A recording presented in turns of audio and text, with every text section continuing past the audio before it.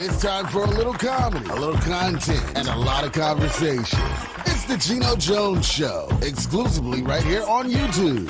Now here's your host, Geno Jones. Hey, what's happening? It's showtime, everybody. The Geno Jones Show. I'm coming to you live Monday through Friday, 6:30 p.m. Eastern. You got that? 6:30 p.m. Eastern, 5:30 p.m. in Chicago, 3:30 p.m. out on the West Coast. Please subscribe to the Geno Jones Show YouTube channel. You and everybody else that you know, that you like, that you love. Folks that you really don't know that well, folks you're not that crazy about, folks you can't stand, folks you hate, strangers, aliens flying around in balloons all over, flying across America and all over the world. Tell everybody the biggest, the best, the baddest, funniest, most entertaining show in the business is the Geno Jones Show. A programming note at the very top of the show. So we are about a week and a half away from moving into our beginning our move to our new studio. So we're going to be in new temporary studios. So those studios are going to be, we'll be there for about anywhere from 12 to 18 months. And then after about 18 months, we're going to move into our brand new facilities. Huge.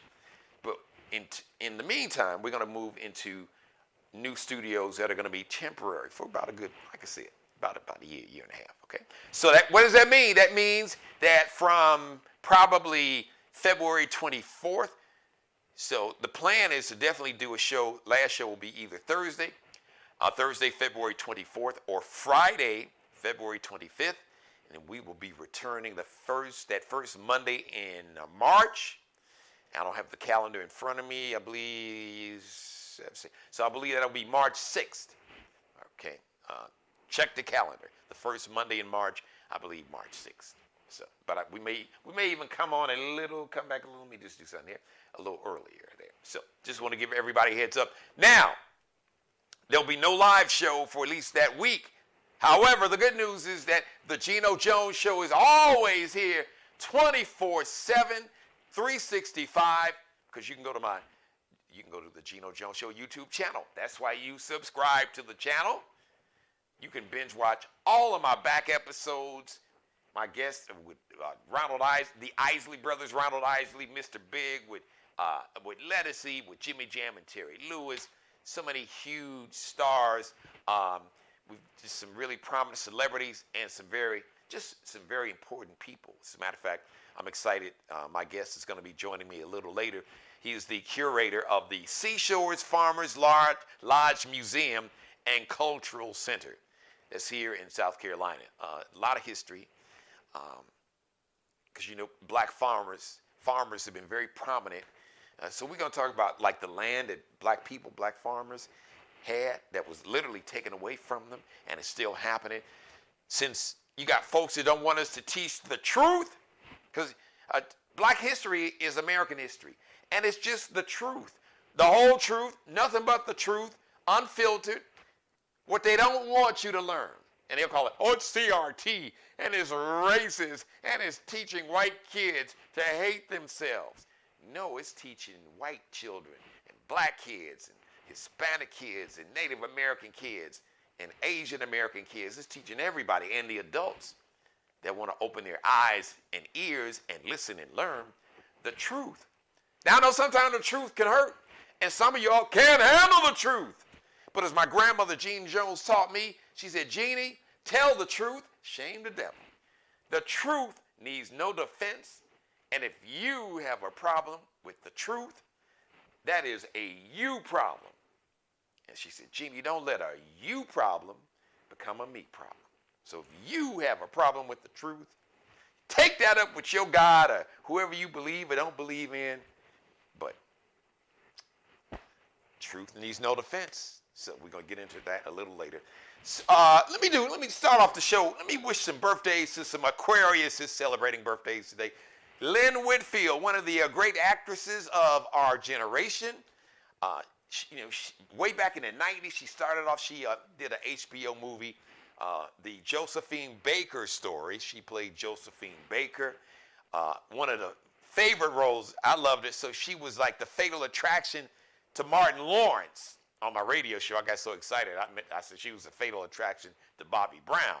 But she was actually Martin Lawrence's fatal attraction in thin line between love and hate.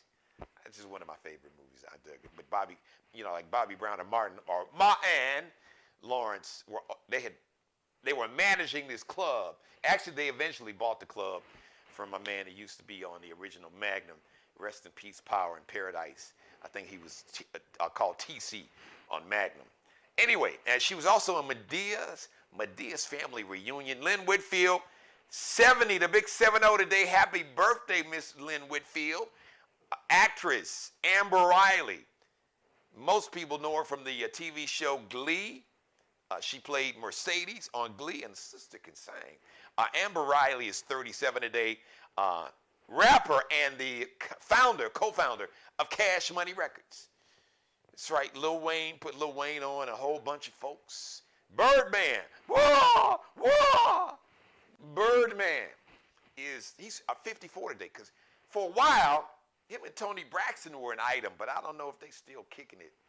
But shout out to Birdman, happy birthday. And Megan Pete, celebrating her birthday today, she's 28. Okay, you're saying, wait, gee, hold on. Megan Pete, I know that name. Megan Pete, who is Megan Pete? Meg the Stallion. Yeah, Meg the Stallion. That's a real name. That's a government name. Happy 28th birthday to Meg the Stallion. And all my Aquariuses out there. Now, since we're talking about people's government, as they say, in the hood, in the barbershop and hair salon, or old school beauty shop, that's what they used to call hair salons that women go to. Back in the day, they were beauty salons. Now they're hair salons. They were called beauty shops, actually. Girl, my mom going to the beauty shop to get her hair done. We call them government or government name. So Miss Nimrata, actually, I can't think of her maiden name. Nimrata Haley. You know who Nimrata is? Yes, Nimrata. Nimrata Nikki Haley, former governor of South Carolina. So she was here in the Charleston, South Carolina, actually downtown Charleston, South Carolina. And she officially announced that she's running for president in 2024.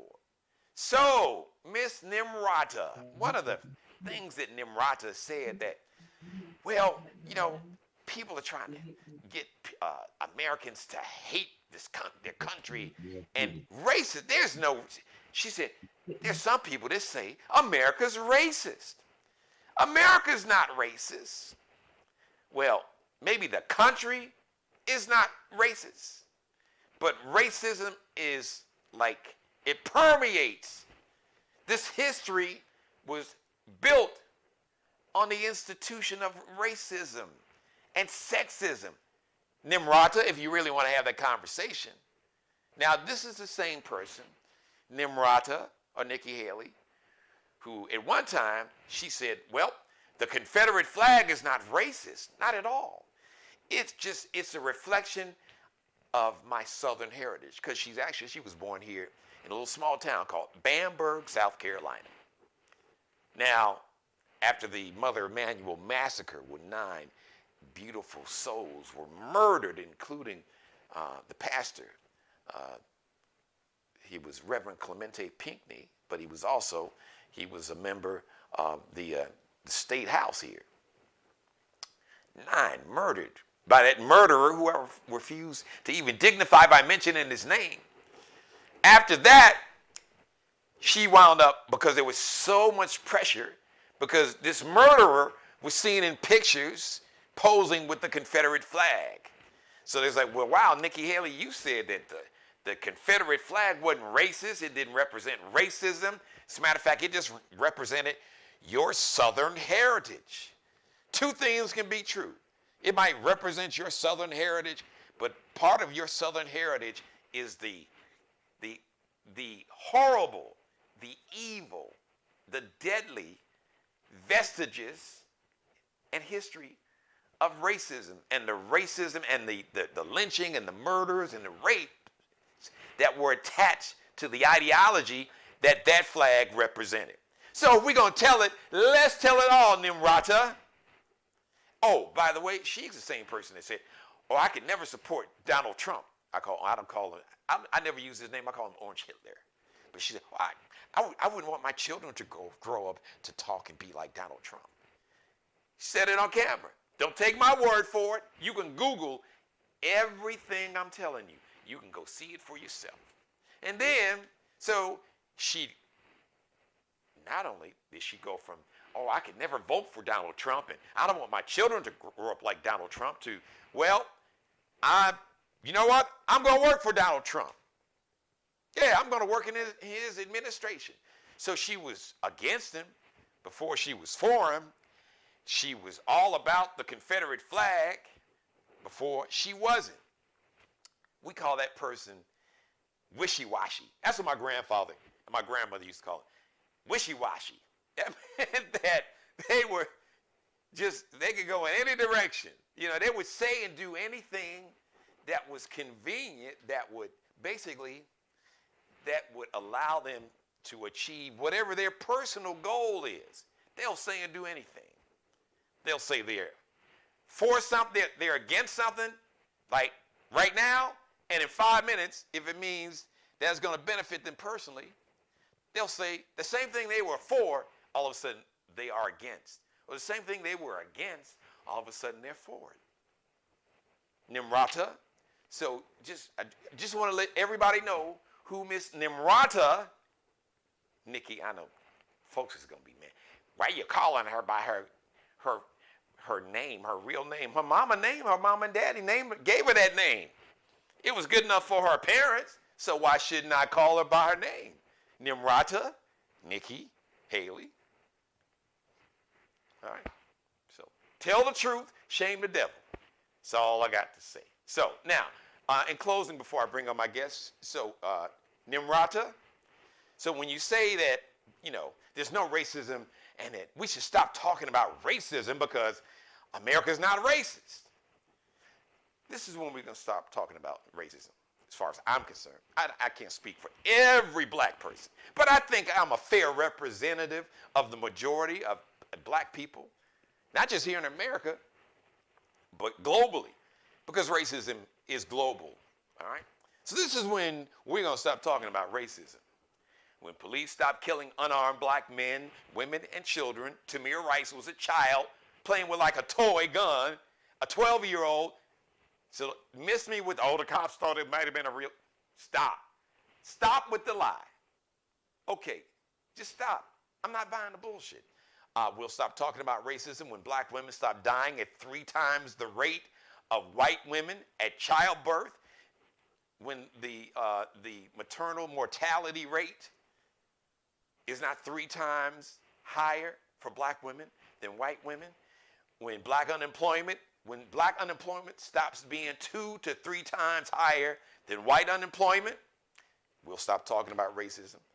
When black homeowners stop being discriminated when they go to sell their home, and it's appraised at half the value of the same home in the same neighborhood right next door to their home that's owned by a white person. Same square feet, same amenities. As a matter of fact, the black home could have invested a couple $100,000 into home renovations. And that home, after the renovations, will still appraise less than the home next door to him, or in the same neighborhood, same square feet, with less amenities if it's owned by a white person. Okay? So, and when a coach, an offensive coordinator, that's like next to a head coach, he's like, the offensive coordinator runs the offense. Missed me with the Andy Reid, and Andy Reid calls all the plays because Andy Reid told you that he didn't.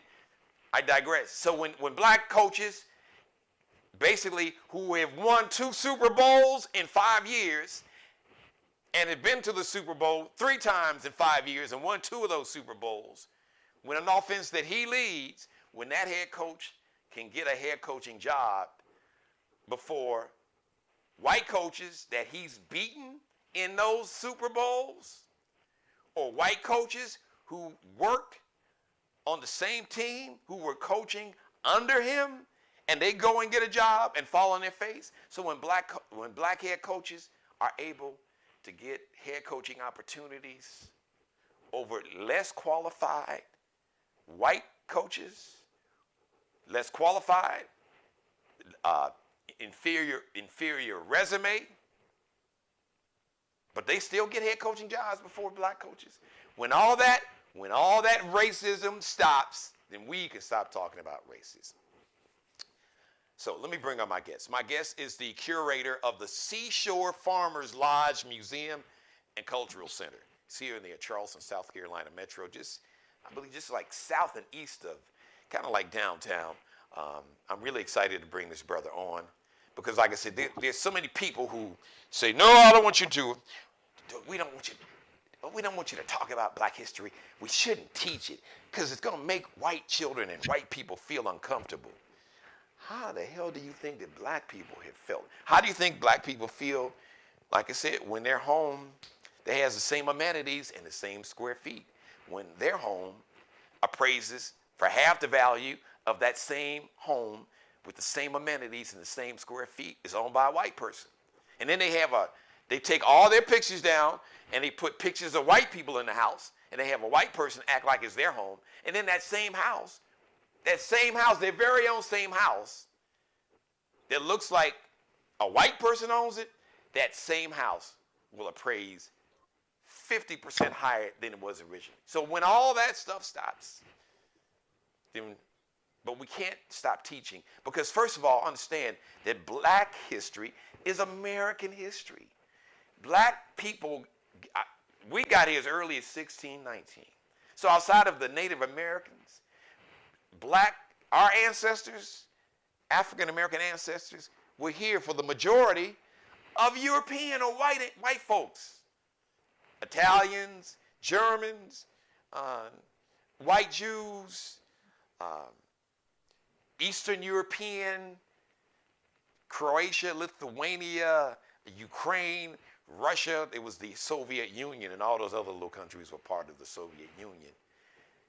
African Americans, our ancestors were here long before all of them. All of them. So when you talk about go back to Africa, we will when you go back to, as a matter of fact, how about this? You can go back to Europe with the racism. But now, like I said, understand that racism is global. It is. And you know what? If a person learns about the horror, the murder, the rape, the lynching, the stealing of land, the stealing, we had communities, neighborhoods. You've heard of the Greenwood District of Tulsa. Thriving black businesses, hotels, movie theaters, all kind of restaurants that were just burnt down because the racist white people in Tulsa who engaged in that were just jealous. And that's not each and every white person, but those are facts. And people are uncomfortable with the truth. Listen, when I was in elementary school, I learned about the Holocaust. Yeah, and I felt bad. I said, that was horrible. Yeah, it made me feel uncomfortable. It made me feel bad. It tapped into my humanity and empathy.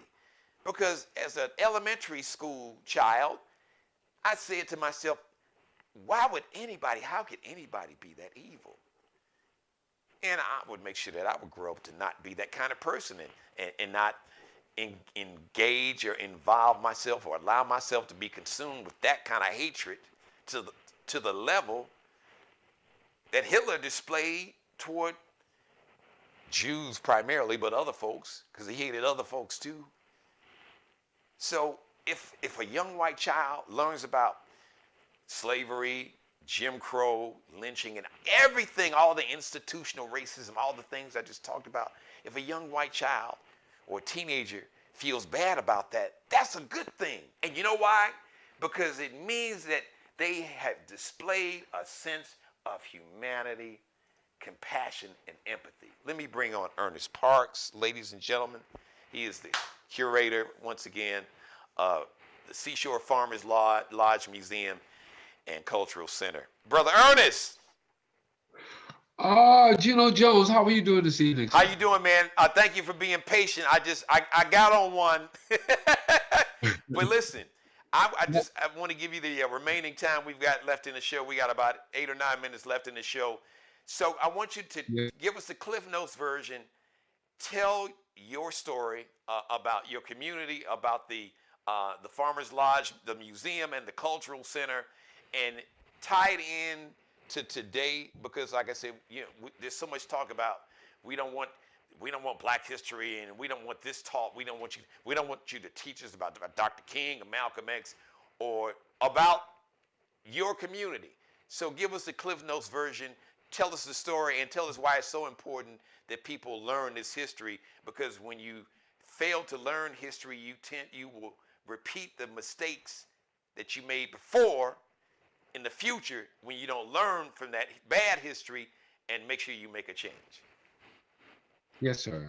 Thank you, Geno, first of all, for allowing me to come on your show to make known to the Makana, the Seashore Farm Museum, and particularly the Solid Creek community. Solid Creek is located southwest of Charleston to Barry Island on James Island, South Carolina. And Solid Creek Island is an island that is on James Island, so it's an island on an island. Wow. And what makes this particular piece of land so unique is that it was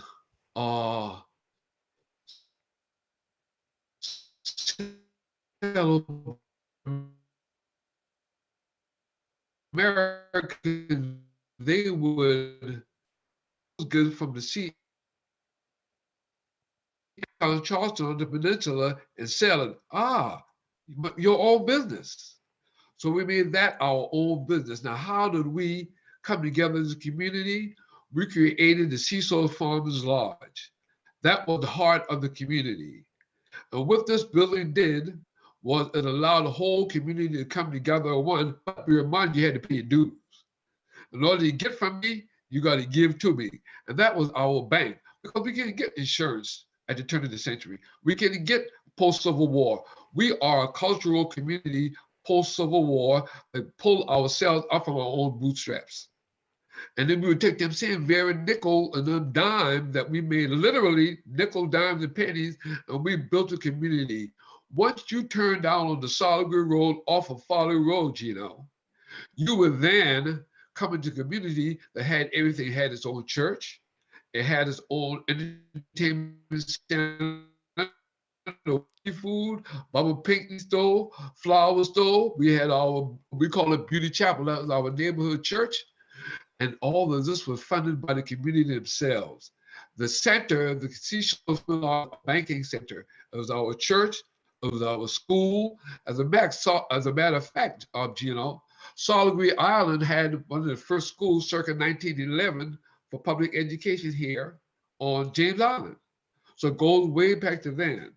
But here's the secret. Our country seems to be under attack now on African American history. Well, when the Civil War started and the shot came from Fort Johnson on James Island, mind you, not Charleston, because they say Fort Sumter, but it's actually James Island, South Carolina. From Fort Sumter on to Fort Sumter to start the Civil War. But how prophetic was it that once the Civil War came and African American soldiers were finally allowed to fight in that Civil War, was the first battle by a freed 54th Massachusetts Regiment unit fought. We didn't know that fact until the movie Glory came out.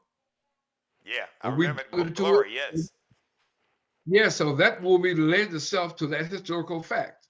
So how pathetic. The first charge of the Civil War, to free America, started here on James Island, and the first black soldiers to fight as freed black soldiers was here on Solid Island, South Carolina. That was July 16th of 1863, the Battle of Solid Island.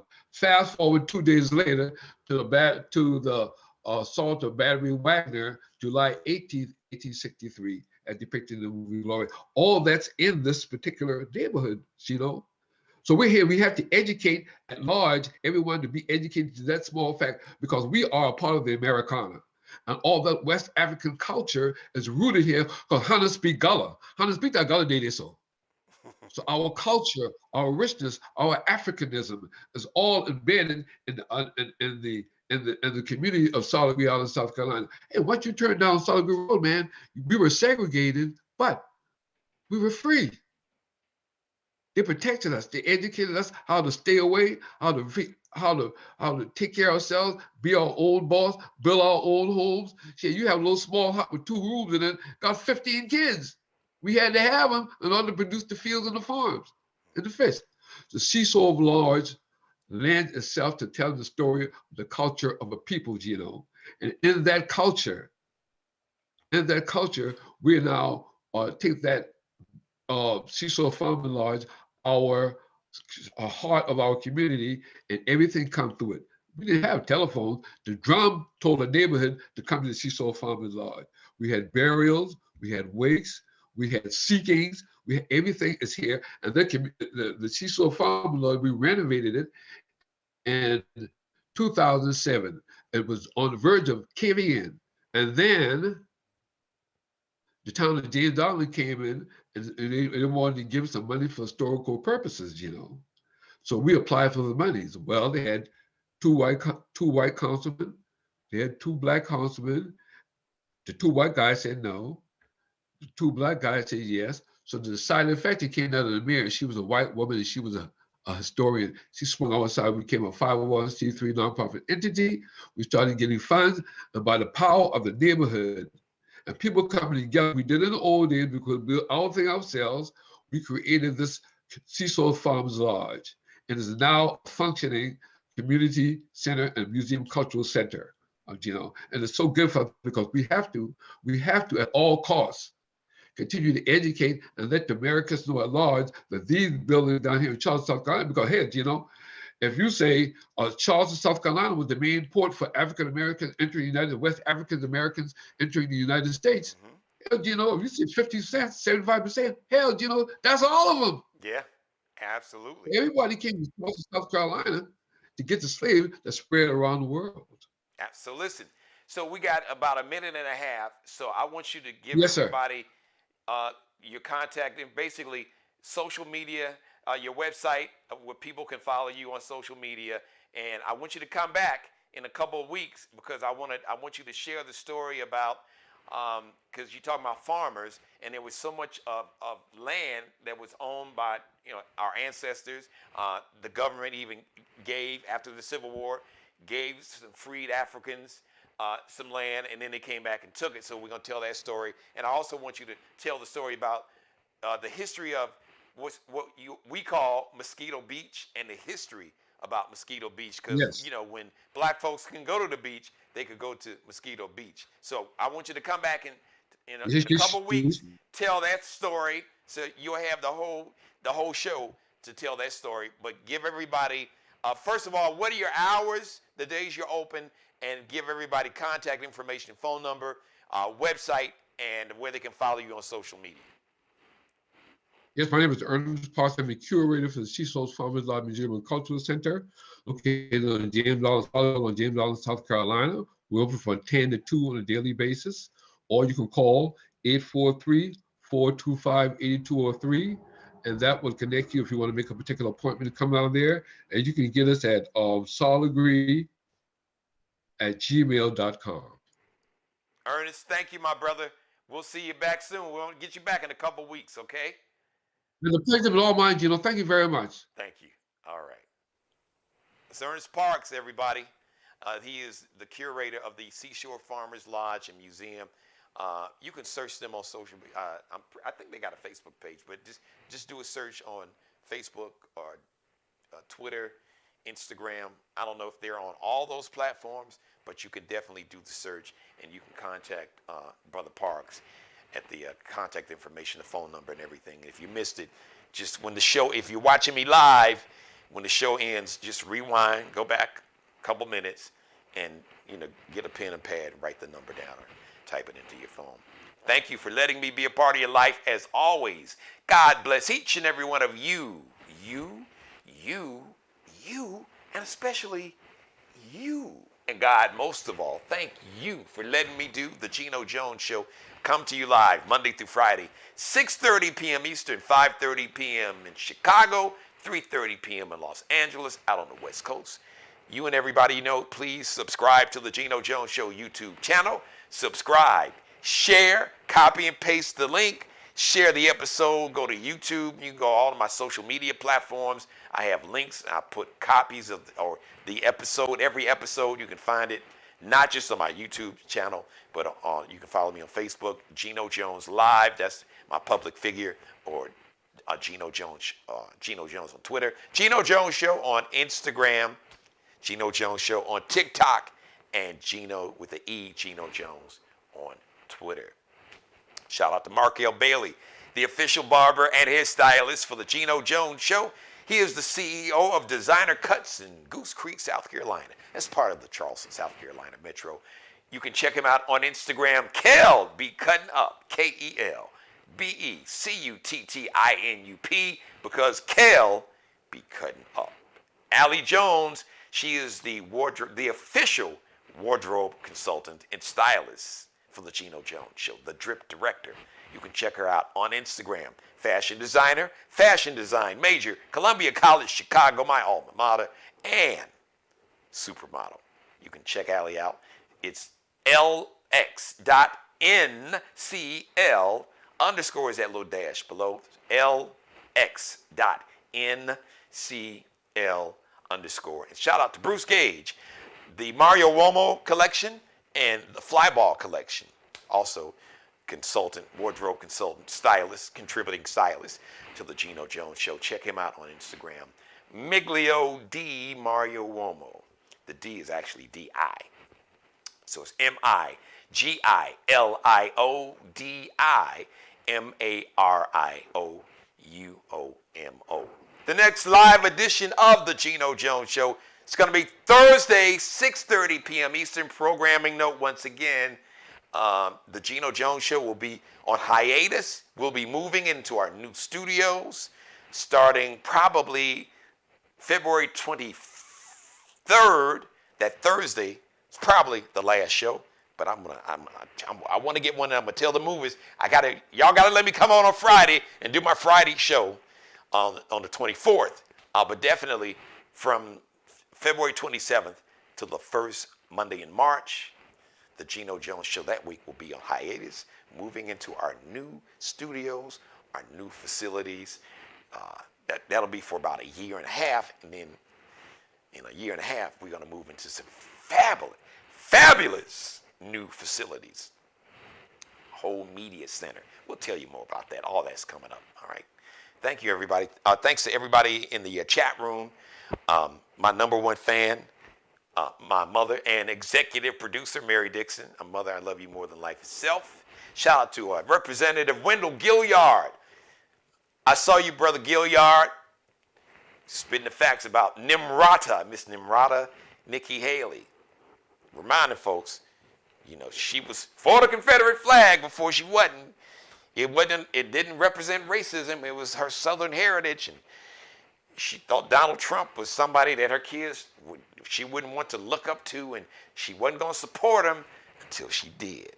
Like I said, my grandmother and my grandfather had a term for folks like that, wishy-washy, because you don't know what they're going to say. They'll say and do one thing 1 minute and say and do something else literally 60 seconds later.